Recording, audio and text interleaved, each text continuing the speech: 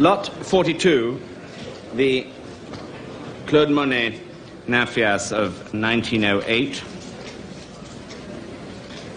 £3 million is bid for this lot, 3 million. I have a bid of £3 million. 3,200,000, 3,500,000, 3,800,000, 4 million.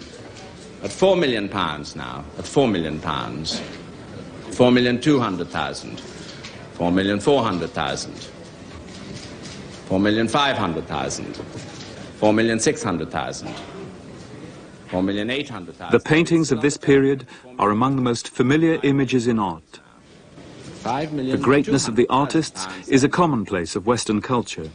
It's yours. But the Impressionists started out as radicals. When it was first exhibited, their art was rejected as disturbing, inept, incomprehensible, even immoral. Why were people so hostile? What was the accepted art of the period? In mid-19th century France, as so often in the story of the art of the West, art was a serious business loaded with political significance.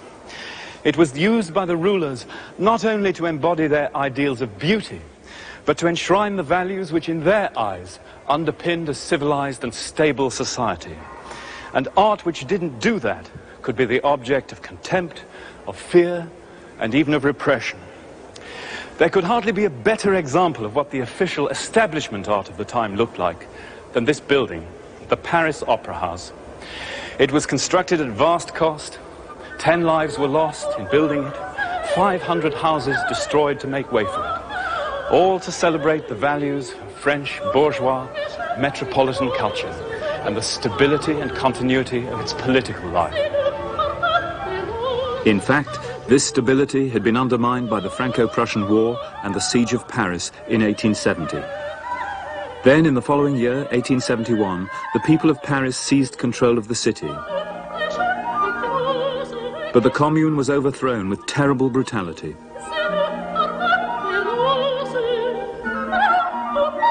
Thousands of people were executed, and the center of the city was left partially wrecked.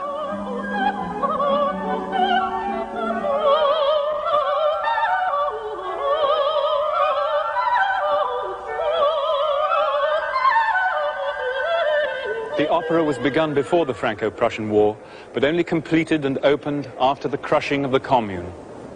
But while the finishing touches were being applied here, just across the city, an artist lay in prison. Gustave Courbet had been a member of the Paris Commune. He'd been accused of helping to destroy the Vendôme column, a symbol of French imperialism. Courbet came from the country. He came from the Jura near the Swiss border, and he saw himself as a wild man from the backwoods. He was a notorious rebel against establishment values in art. The Parisian art world was dominated by the Salon, a vast state-sponsored exhibition. Here, large-scale religious or historical subjects were preferred, showing dramatic deeds or moralizing themes like Couture's Romans of the Decadence.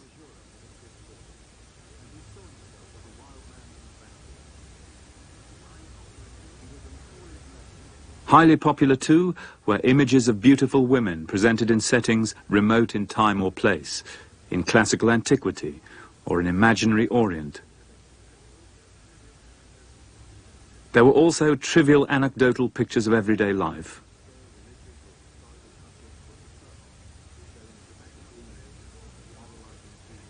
Courbet called his art realist.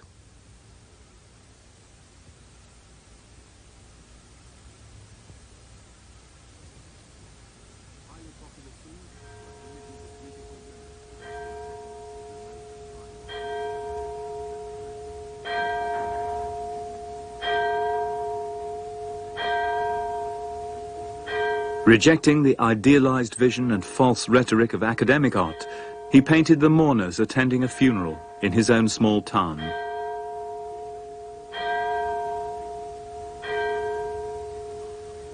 Courbet said, "It was not my intention to attain the trivial goal of art for art's sake. No, My aim is to translate the customs, the ideas, and the appearance of my own epoch as I see them.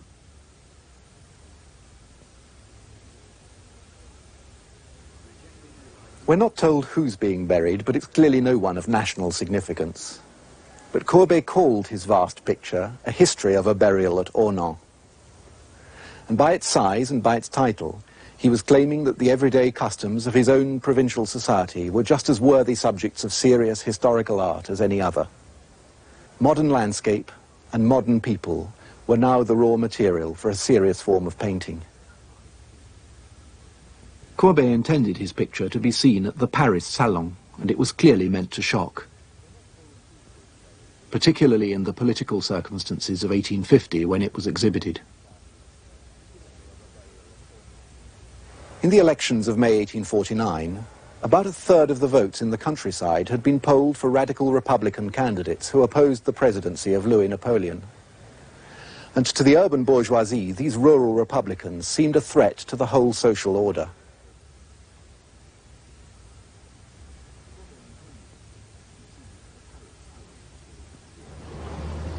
Courbet was born here in Ornans, the son of a prosperous farmer, a member of the class which the Parisians had found so puzzling when they saw it depicted in the burial.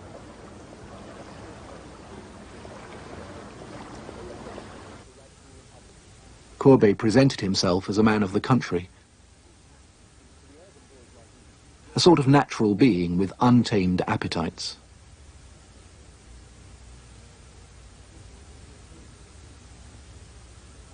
Courbet was also an anarchist, a follower of Pierre-Joseph Proudhon, who wanted to do away with central government and create a classless society of free individuals.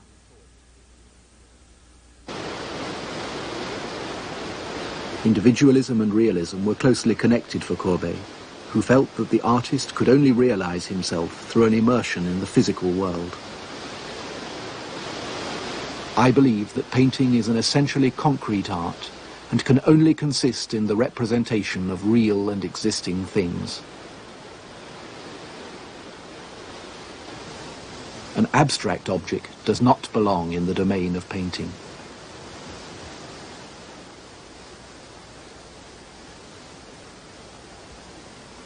Courbet's technique, with its loose brushwork and sweeps of the palette knife, producing simple, very physical surfaces of thick oil paint, tangibly records his engagement with the physical stuff of this world. Courbet's landscapes, with their simple natural elements, trees, crags, waterfalls, emphasize the primacy of the eye over the conventions of academic art. Placing himself and his art at the center of his political allegory, The Painter's Studio, he asserted the importance of the painter's individuality and his independence from the demands of the state and the artistic establishment. But his attack on the values of the Salon was not a sign of indifference to it. His Bathers is a parody of the rhetorical poses of the classical tradition, with its blatantly unidealized women.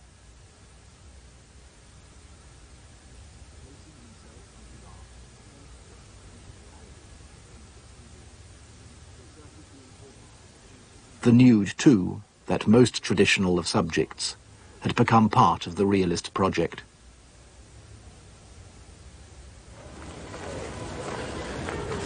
Courbet's egalitarian ideas, his rejection of academic art, his insistence on being true to the appearance of the modern world as he saw it, all had a great influence on Manet and the Impressionists.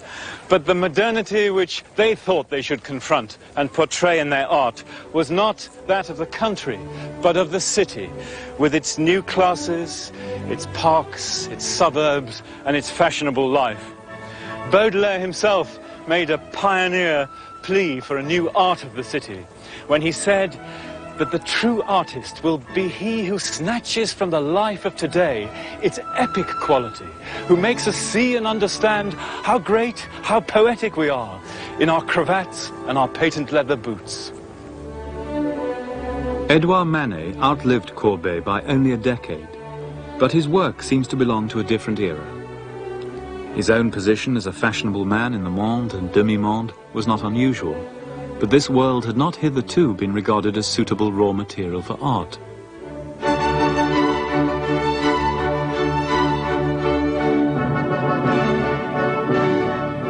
In 1862, he painted a fashionable gathering listening to music in the Tuileries Gardens. His technique was harshly criticized by his contemporaries. It was emphatically unlike the manual dexterity of academic training. He was criticized for treating everything alike. Clothes, umbrellas, chairs are given just as much significance as a face. The picture was contrived to seem artless, a personal response to his optical experience. And this in itself was an attack on academic hierarchies, of the face over the body, of the hero over the ordinary person in the street. But the first major scandal of Manet's career was provoked when he submitted the Déjeuner sur l'herbe to the Salon in 1863. It was rejected. The Déjeuner was a parody of earlier artistic traditions. Manet said, "I'm going to redo Giorgione's picture in the transparency of the atmosphere, with figures like you see over there by the river."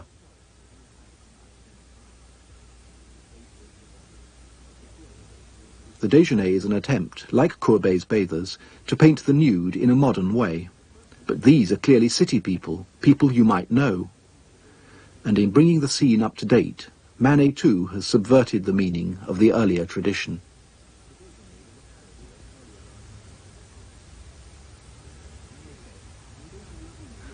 The situation is hard to fathom. Gestures and expressions make no obvious sense. And yet the directness of the woman's gaze invites us to participate in this equivocal situation.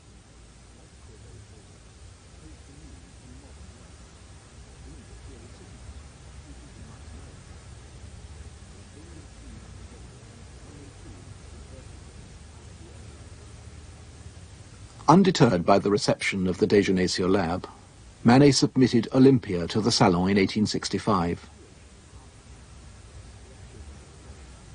It was accepted, but it provoked great derision.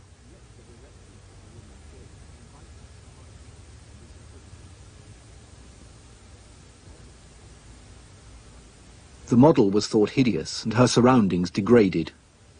Olympia, with her black servant, was identified by some critics as a Parisian prostitute.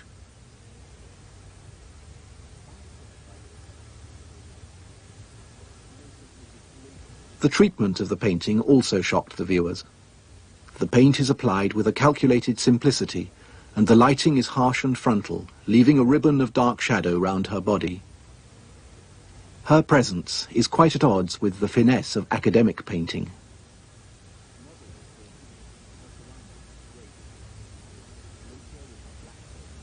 Olympia exposes the conventions which structured the display of sexuality in the nudes which were successful at the Salon. Nudes such as Cabanel's Birth of Venus, which won the Medal of Honor in 1863.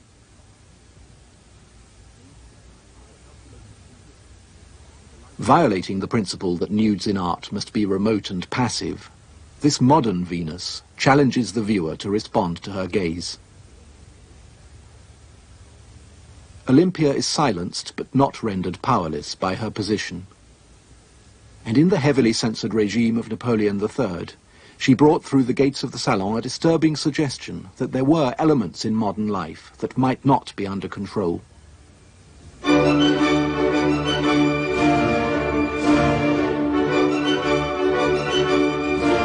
The Industrial Revolution was bringing profound social changes to France. Paris itself was transformed by Baron Haussmann, the prefect of Paris, whose great boulevards were crashing through the old neighborhoods. An elegant, impersonal, modern city was created. New classes emerged and asserted their right to enjoy themselves.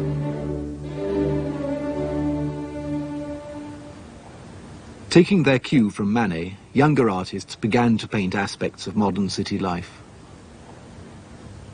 But the city they observed was often an uncertain, anonymous place. It offered alienation as well as adventure. The café concerts were places of popular entertainment where people from different classes could mingle and their identities could be masked. Edgar Degas, in particular, explored places like these with an extraordinary variety of techniques, increasingly using pastel as a means of combining colour with drawing. Que je suis heureuse, ma chère, j'en perds la tête. Ah, ce n'est pas de l'amour pour plaisanter.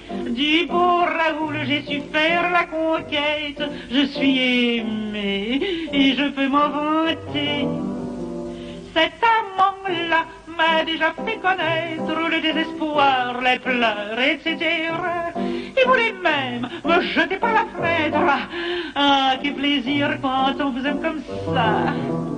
In the way he arranged his compositions, Degas looked to the example of the Japanese colour print, whose customary viewpoints and cut-off compositions suggested ways of presenting his vision of the modern world.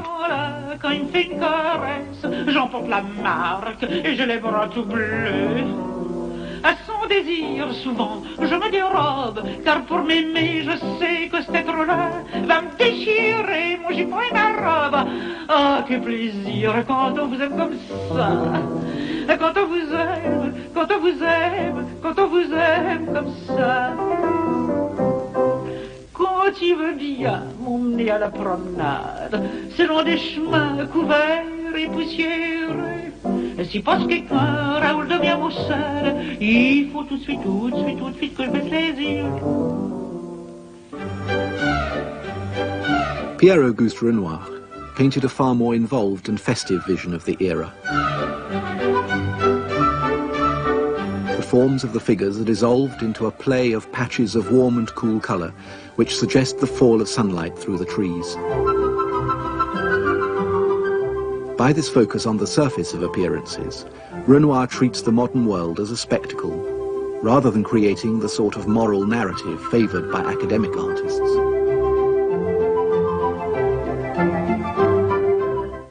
Of this study, Nude in Sunlight, a newspaper critic said, "Would someone kindly explain to Monsieur Renoir that a woman's torso is not a mass of decomposing flesh with the green and purplish blotches that indicate a state of complete putrefaction in a corpse?" His La Loge was shown at the first Impressionist exhibition in 1874. This exhibition was an explicit rejection of the Salon because it was jury-free. All subscribers had a right to display their work.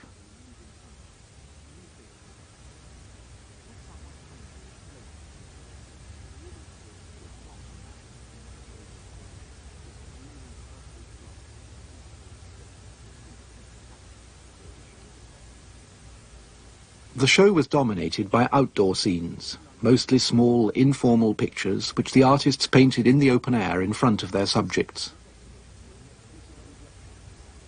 Most critics welcomed the initiative of the exhibition, but many also complained that the works were unfinished, with their visible brushwork and their imprecise definition of form.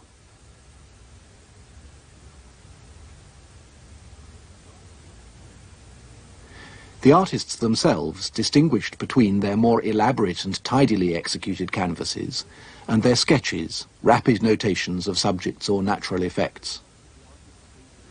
One of Claude Monet's sketches, Impression Sunrise, precipitated the naming of the group as Impressionists. The expatriate American James McNeill Whistler was also invited to join the first exhibition, but he preferred to continue showing his work in London, although his very simple, freely brushed nocturnes had much in common with the Impressionists' atmospheric sketches. It was this lack of finish which led the celebrated English critic Ruskin to accuse Whistler of flinging a pot of paint in the face of the public. The Impressionists' interest in open-air painting led them to the landscape on the outskirts of Paris and the expanding villages along the River Seine. Such areas were meeting places of several different worlds. Camille Pissarro made art out of the least prepossessing parts of his surroundings. Even a drab road in Louveciennes, where he lived, could provide the raw material for art. Pissarro generally peopled the streets of Louveciennes with peasant figures, showing it as a country village. But when Renoir painted the same stretch of road, he transformed it into a cheerful pleasure ground with fashionably dressed strollers from the city.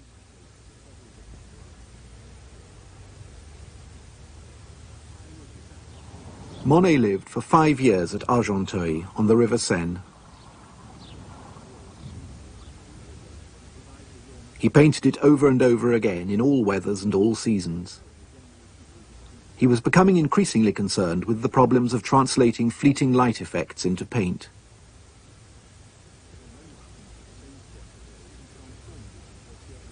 But he continued to explore the many different facets of the place.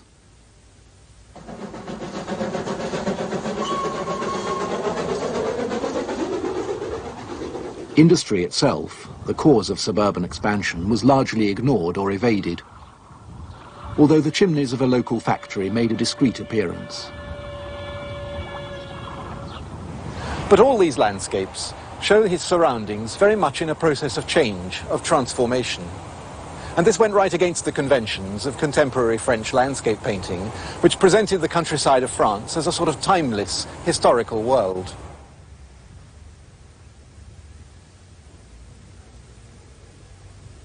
Pissarro, who was an anarchist and a socialist, was one of the few Impressionists who tried to come to terms with the industrial landscape itself.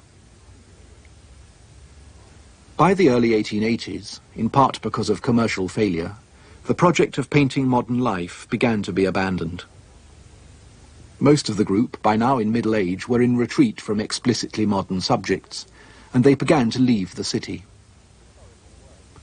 Renoir became preoccupied with the nude in an increasingly timeless traditional way.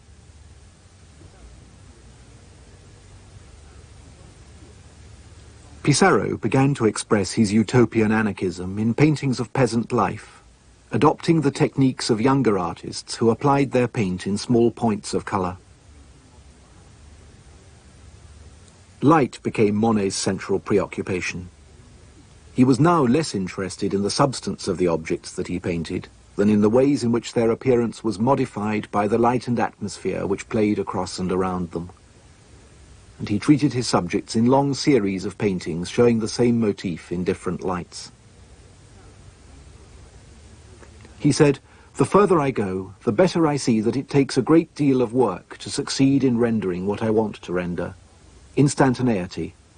Above all, the envelope, the same light spread over everything, and I'm more than ever disgusted at things that come easily at the first attempt." This rejection of the sketch, together with his pursuit of the most transitory light effects, forced Monet to work up his increasingly elaborate paint surfaces in the studio, away from the natural subject.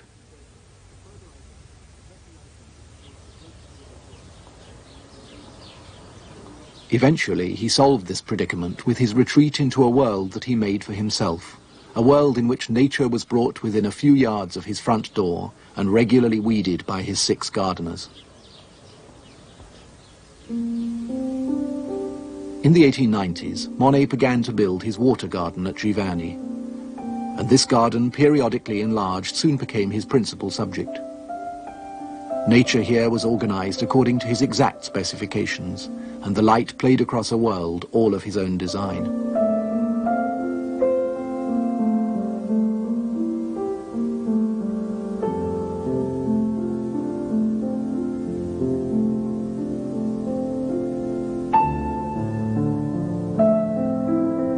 He could work out of doors summer after summer when the weather was right, but also work close by in his studio where his memory would be at its freshest and bring the pictures to the degree of finish he sought.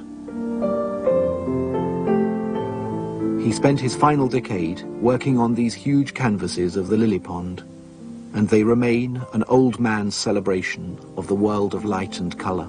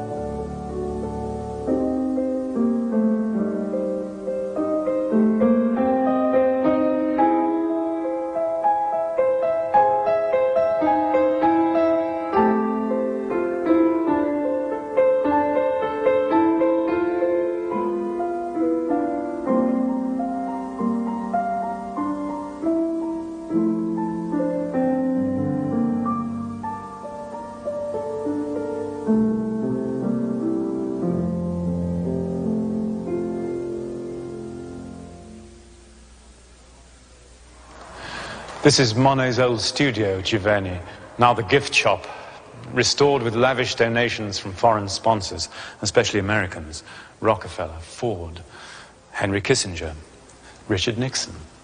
And here you can buy the age of the Impressionists in reproduction.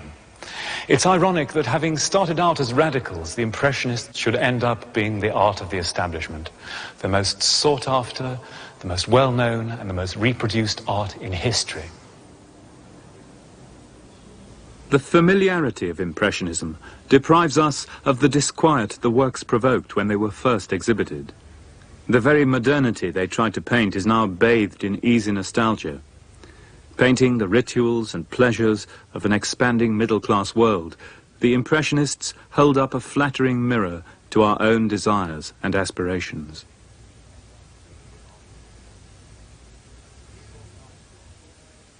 Here at the Restaurant Fournaise, at Chateau by the River Seine, a group of people sit on a sunlit balcony, surrounded by the trappings of material well-being, food, drink, nice clothes, easy friendship, happy in themselves, confident in their world.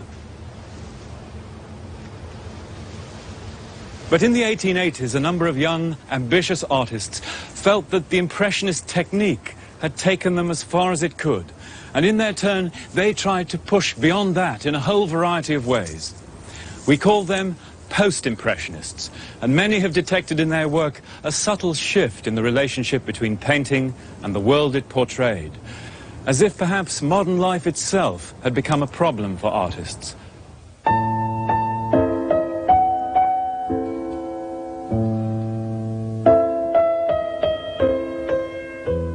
In 1886, Georges Seurat exhibited his monumental work Sunday Afternoon on the island of the Grand Jatte.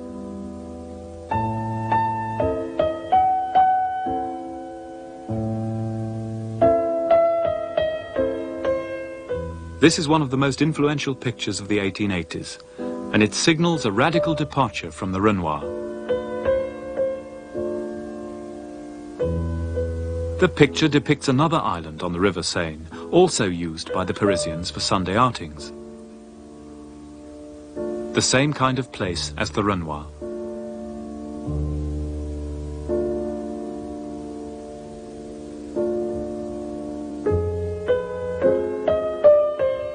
But Seurat painted people from a variety of classes, strangers to one another, and he painted them in a way which expresses a radically different experience of such places. It's hard to identify with the stiff figures. The style distances us.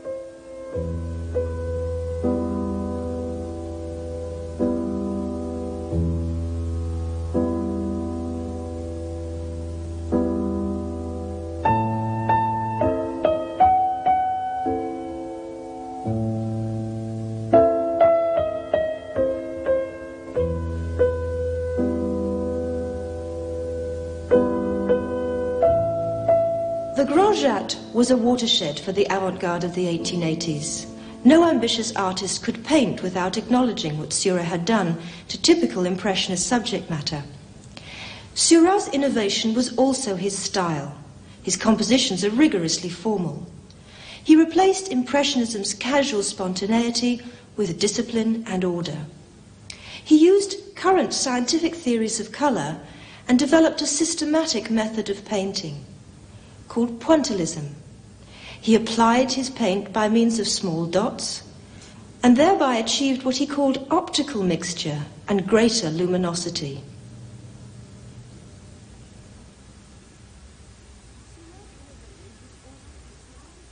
For this reason, the artists who adopted Seurat's technique became known as neo-impressionists. By the 1880s, there was a new generation of the avant-garde who lived and worked in an area north of the recently modernized centre of Paris.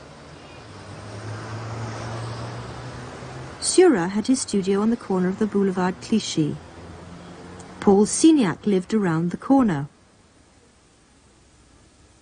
Vincent van Gogh joined them when he arrived from Holland in 1886.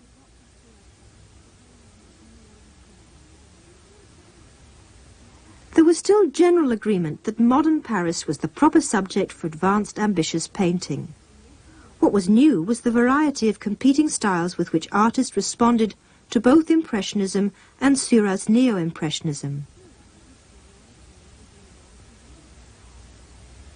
Émile Bernard turned to Japanese and medieval art to find his answer: flattened colours and simplified forms which sometimes verged on caricature. Henri de Toulouse-Lautrec studied popular art forms, especially posters, to bring out the seamier side of the places of popular entertainment. Living in a less prosperous district of the city, Van Gogh followed several artists to paint in Paris's industrial outskirts.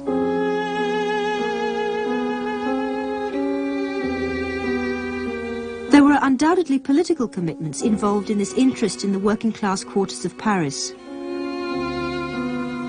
Signac wrote in the anarchist journal La Révolte that the Neo-Impressionists were bringing their witness to the great struggle which is taking place between the workers and capital. But across the political spectrum, from left to right, key artists of the 1880s became intrigued by the hybrid terrains on the outskirts of modern Paris. It was here that the economic and social forces which were remaking the modern city lay momentarily exposed. But in the images they produced, we can see the difficulties they encountered in making a modern art in this landscape.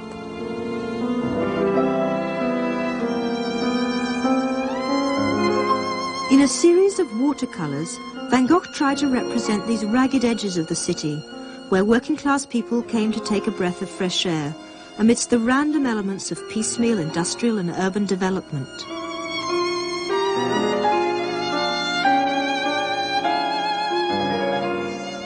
The most telling peculiarity of these drawings is the literalness with which all this is set down.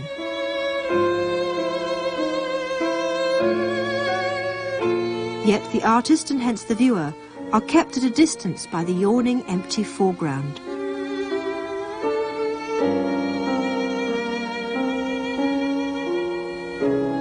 In Signac's painting of the road to Gennevilliers, the artist makes us look across an open space to the line of factories in the industrial township of Asnières. Marked out for future development, awaiting houses and factories, this sheer expanse of empty terrain is disturbing. We have to wonder why any painter could conceive of painting a scene apparently so devoid of incident and meaning. It was in this marginal territory that it was felt the modern could almost be grasped. Could painting make visual sense of such a landscape and its meanings? Perhaps only by keeping it at a distance, or making your paintings a purely formal or stylistic exercise. For instance, in Seurat's view over the field of Lucerne to the distant factory town of Saint-Denis, we see very little in the vast empty foreground except a lot of brushwork.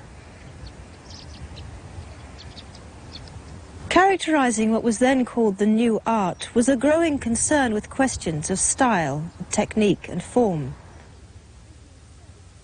Groups of artists formed around different styles and programs, and they began to compete intensely with each other.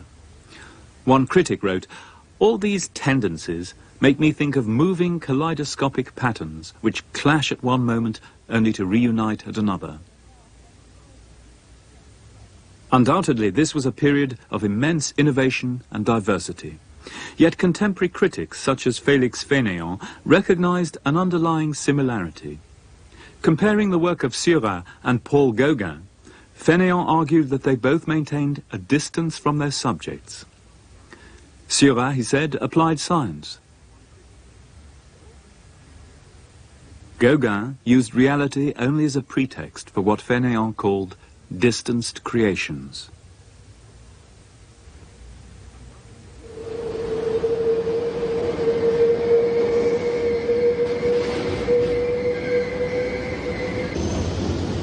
By the late 1880s, these artists started to abandon the attempt to engage with modernity in the uncertain form of the city. They left Paris for regions and cultures in which they were tourists.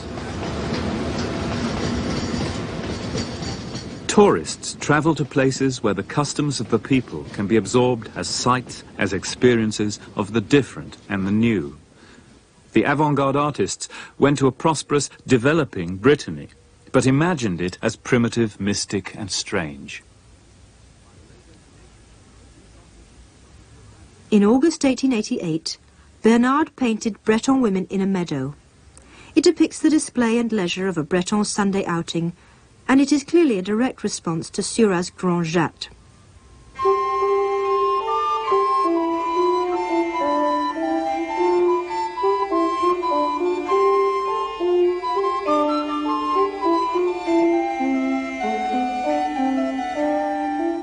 But it is very different.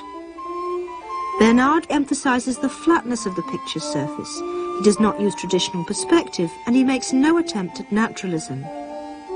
Instead, he used the example of Japanese prints and medieval stained glass to compose a picture that is only held together by its own invented order of marks and colors on a flat surface. As a result of such stylization, we have no access to or empathy with the Breton people depicted. We need to think carefully about what it means to medievalize a 19th century Breton peasant, or to transform Brittany into Japan.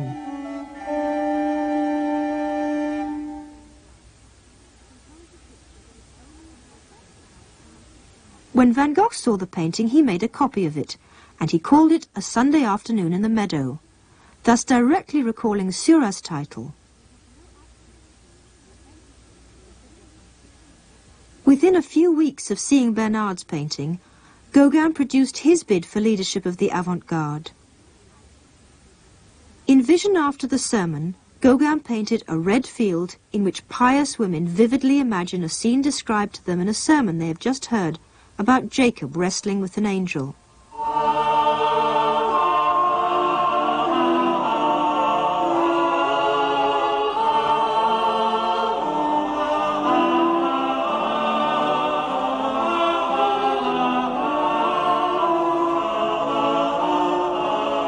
It is another distanced creation. In his invention of the subject matter, Gauguin draws on contemporary tourist myths of a medieval and mystical Brittany.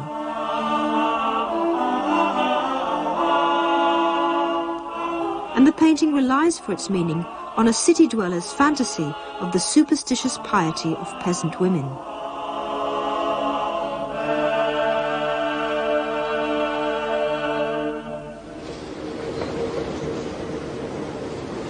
Van Gogh also left Paris after only 2 years in the capital and settled in Provence in the south of France. He had come to believe that the renaissance of modern art would only take place away from the city, symbol of a decadent and diseased society. But he also wanted to keep in touch with developments in the avant-garde. He invited Gauguin to visit him, and both artists painted from the same subjects. Gauguin painted the scene in Arles as a tapestry of saturated, flat colours and shapes. He encouraged Van Gogh to move away from naturalism and impressionism and to experiment radically with colour and perspective. Van Gogh was brought up in the country, in Holland. The landscape of the south of France was unfamiliar to him. He was a stranger, a tourist down here, and this was another country. Like many northern Europeans, he imagined the Mediterranean to be an exotic, fiery world, and that's what he made it. He painted its people and their agriculture in landscapes drawn not only from what he saw around him, but from Japanese prints and even from etchings by Rembrandt. Here, he said, he was seeking his Japan, in other words, a world of the imagination, and here he found it.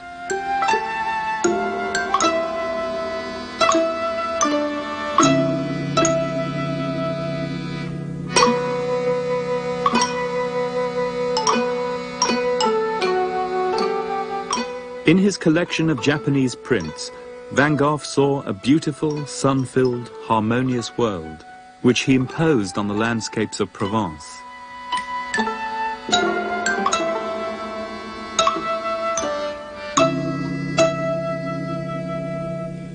The prints themselves gave him confidence to use colour more brilliantly and in a more arbitrary way. Yet unlike Gauguin and Bernard, he never really understood the implications of the prints in terms of surface and flatness. His surfaces are thick encrustations of paint, but they always refer, often vividly, to the quality and texture, shape and perspective of what he painted. He painted himself at this time as a workmanly Japanese painter. He wrote to Gauguin, "I have aimed at the character of a simple monk worshipping the eternal Buddha." Eventually, suffering from epilepsy and considered mad by many of the people who came into contact with him, Van Gogh was confined in the sanatorium here at Saint-Rémy near Arles.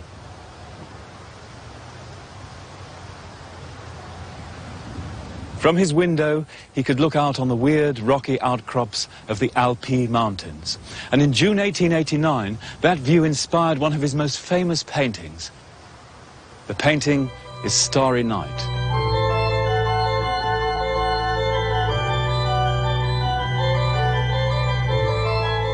Starry Night was an attempt to make a modern religious art.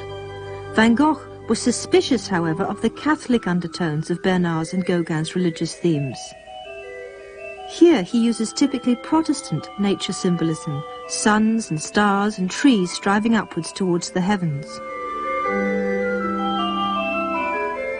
Incorporating a cypress tree so characteristic of Provence, the painting nevertheless has a Dutch church and Dutch cottages. Van Gogh painted Starry Night using modern colour theory. The complementary pair of yellow for light and blue for darkness translated the black and white opposition of religious pictures of divine illumination, such as Rembrandt's print of the Annunciation to the Shepherds. And it was also typical of Dutch 17th century woodcuts of celestial revelations. Unfortunately for Van Gogh, neither Bernard nor Gauguin recognized this work as a reply to theirs. It was seen simply as a somewhat over-stylized village in the moonlight.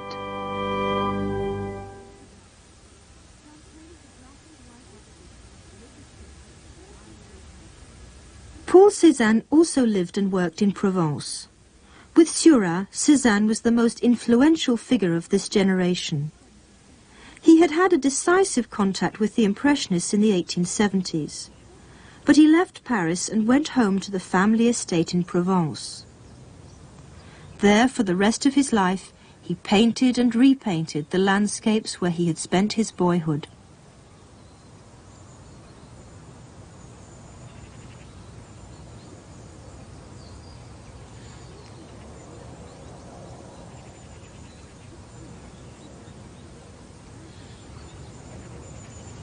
Cézanne was not a tourist. He was therefore quite different from all the other artists we've discussed so far. Cézanne alone remained faithful to the Impressionist program of open-air painting, an art based on direct observation of the physical world. Day after day, for almost 30 years, he set himself to find an answer to this question. Could he make a new art based entirely on what he called his petites sensations?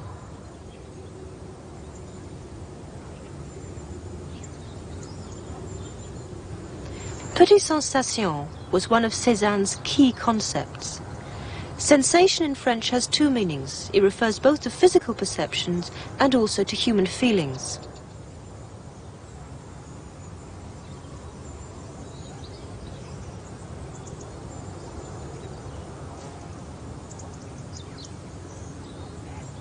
Cézanne was never a distanced observer. The countryside was the living proof of the people who had used it, shaped it, marked it. But it seems that he felt that it was only by a careful study of the precise physical forms of nature, the actual colours that he saw, that he could reach through to the full implications of its human meaning. He was later to write, "I am its consciousness, the landscape thinks itself in me."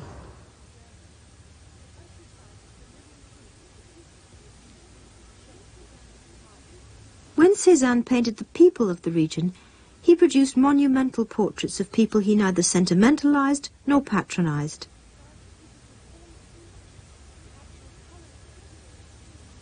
If there is a distance between himself and his subjects, it is one of respect, for the difference between himself, a middle-class man, and those of another class and culture.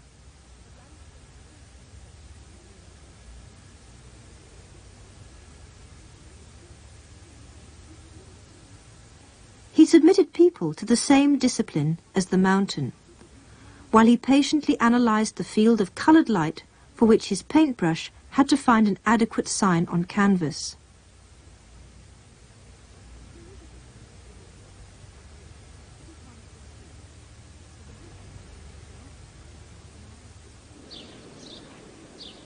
It was his honesty about the status of art as representation which led Cézanne to his preoccupation with technique.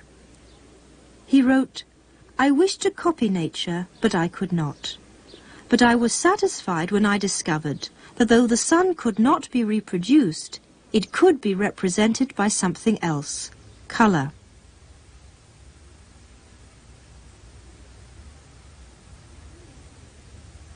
In the 1880s, like Seurat, Cézanne rejected the disorder of Impressionist painting and evolved what has been called his constructive brushstroke, carefully building up his pictures by small facets of finely modulated colour.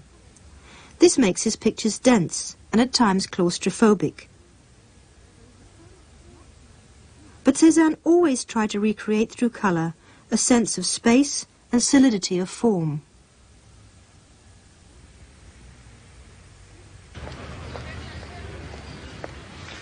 Women artists of the avant-garde painted another equally vivid aspect of modernity.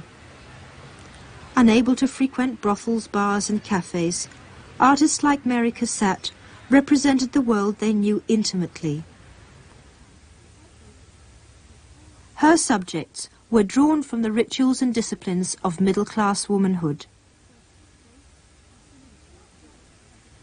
Cassatt joined the Impressionists in 1879. But her work of the 1880s and 90s exhibits many features of Post-Impressionism in its move towards greater solidity and more organised surface. Yet her pictures are not distanced from their subjects. They balance a self-conscious exploration of medium and form with a concern to convey a known social and psychological reality.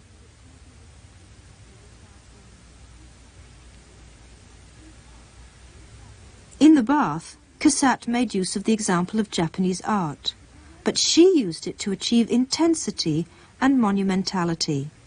The tilted perspective, the play of patterns, all testify to formal experimentation. But the effect is to concentrate the viewer's attention on the solidly placed woman and child and on what they are doing. The mundane act of bathing is thereby invested with dignity and meaning. Suzanne Valadon, a one-time milliner and circus performer, became an artist model. Renoir painted her, but she also began to paint for herself.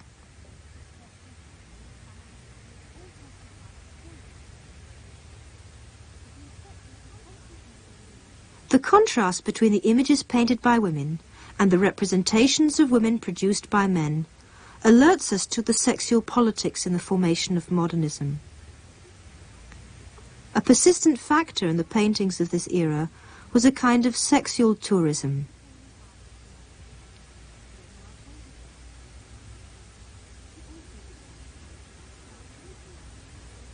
In 1891, Gauguin travelled to the South Pacific in search of a distant mythic paradise. As a European man in the French colony of Tahiti, Gauguin found it easy to take a wife from amongst the young Tahitian women, and to use her as his model. He wrote to his European wife about this painting called Manau tu Papau of his 13-year-old bride in terms redolent of the colonizers' complacency and racism. I painted a nude of a young girl. In that position, a trifle can make it indecent, and yet I wanted her that way. The lines and the action interested me. I gave her a somewhat frightened expression.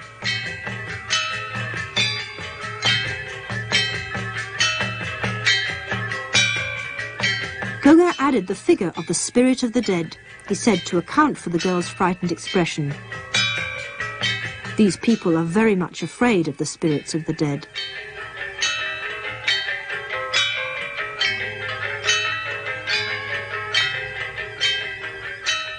Gauguin uses colour, patterns and simplified forms, as well as invented mythologies, to create an image of the exotic.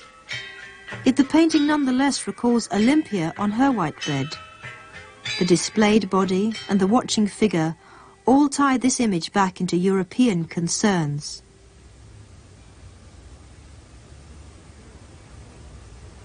From Manet to Picasso, from Olympia to the Demoiselles d'Avignon, male avant-garde artists have staked their claims as ambitious modernists on the bodies of women. The major paintings of European modernism are surprisingly often paintings of the female nude. The power men enjoy make women available for artistic experimentation and colonization. In many ways, modern art rejected the humanist traditions of Western art, but it never abandoned the female nude. Instead, it used women's bodies for its most extreme innovations and fantasies. On their bodies, the implication of distanced creation is there for all to see. There is no such thing as objective art history. There are only the interpretations of art historians. The work of these artists has been assessed in different ways. From Courbet's country peasants to Manet's new classes in the cities, from Monet's realism of light to the visions of Van Gogh, the painters we've been looking at seem to progressively move away from the real world, rejecting external appearances in favor of an inner, personal, imaginative truth. What we have seen is a crisis about how to handle the modern in its immediate form of the city. And the importance of the artists of the 1880s and 90s is as a kind of hinge. Artists still felt themselves responsible to the world, its social as well as its natural orders. But they had also opened up a realm of hitherto unimagined freedom for art. Later artists saw in the imaginative colours of Gauguin, in the exhilaration of Van Gogh's energetic brushwork, and above all in the inventiveness of Cézanne's later work, resources which were to inspire the whole array of 20th century isms, from purism to expressionism, from fauvism to cubism.